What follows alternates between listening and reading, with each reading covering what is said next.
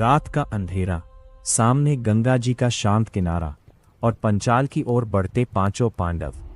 लेकिन उन्हें क्या पता था कि इसी रात एक ऐसा योद्धा उनका रास्ता रोकने वाला है जिसे देवता और गंधर्व भी उसकी शक्ति और अहंकार के लिए जानते थे। एक तरफ थे वनवास के वेश में चल रहे पांडव और दूसरी तरफ था गंधर्वराज चित्ररथ, जिसने साफ चेतावनी दे दी, इस समय गंगा के जल पर केवल हमारा अधिकार है, मनुष्य यहां कदम नहीं रख सकते।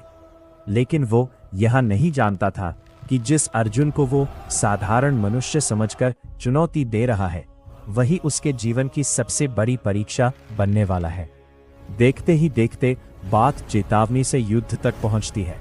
गंधर्व अपने दिव्य बाणों की वर्षा करता है, अर्जुन उसके हर वार को विफल कर देता है और फिर एक ऐसे दिव्य अस्त्र का प्रयोग करता है जिसकी अग्नि में चित्ररथ का अद्भुत रथ जलकर राख हो जाता है।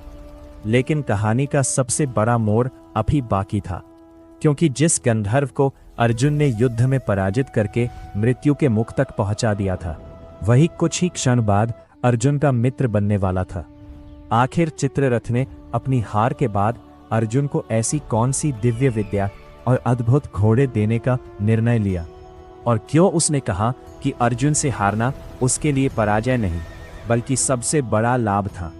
जानिए महाभारत की इस अद्भुत कथा में, जहां एक युद्ध ने जन्म दिया ऐसी मित्रता को जिसका संबंध केवल अस्त्रों से नहीं बल्कि सम्मान, ज्ञान और धर्म से जुड़ा था।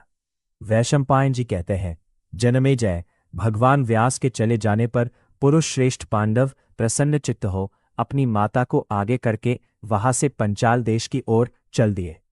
कुंती कुमारों ने पहले ही अपने आश्रयदाता ब्राह्मण से पूछकर जाने की आज्ञा ले ली थी और चलते समय बड़े आदर के साथ उन्हें प्रणाम किया। वे सब लोग उत्तर दिशा की ओर जाने वाले सीधे मार्गों द्वारा उत्तराभिमुख हो अपने अभीष्ट स्थान पंचाल देश की ओर बढ़ने लगे। एक दिन और एक रात चलकर वे नरश्रेष्ठ पांडव गंगा जी के तट पर सोमाश्रयायर नामक तीर्थ में जा पहुंचे। उस समय उनके आगे आगे महारथी अर्जुन उजाला तथा रक्षा करने के लिए जलती हुई मशाल उठाए चल रहे थे।